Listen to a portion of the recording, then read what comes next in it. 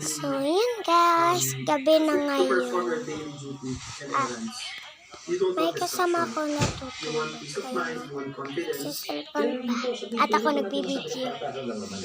Hindi ko kasi ako makatulog. Kasi ang ingay ng TV. Yan ang At saka po, syempre, ang papantayan ko is kung tama po yung karga, yung quantity. Yan na may suot. Kaya regular ang monitoring ng DOT sa kalidad at timbang ng petrolyo na binibenta sa mga gasolinahan.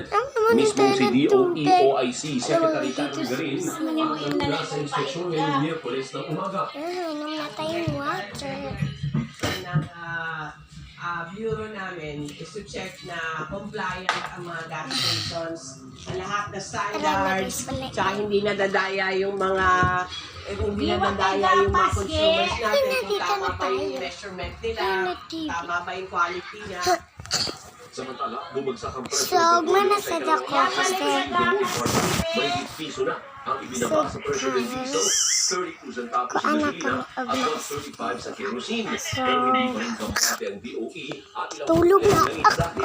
may tatlong araw pang natitira sa kanilang linggo. Pinita na niya. 7:50. Kasi guys, idol na idol ko siya guys. Idol ni talaga to guys. Bisaya, magod sila guys. Kung kasabot, kung nakatanaman Maria, sabi yung Ate Sophia, please huwag. Ibig sabihin, May pamakita ninyo kasi kabalo mo Bisaya. Kabalo yun mo ano yung sa Bisaya. Oo, kasi di kami makarinig sa China. May walang tayong istorya. Naka-video ko ngayon. Ganda natin ako sa kanya, pero sana, kahit sana, uy, mula pa man naman.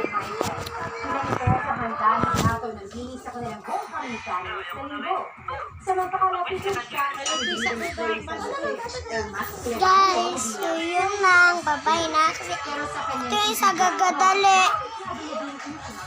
Bye.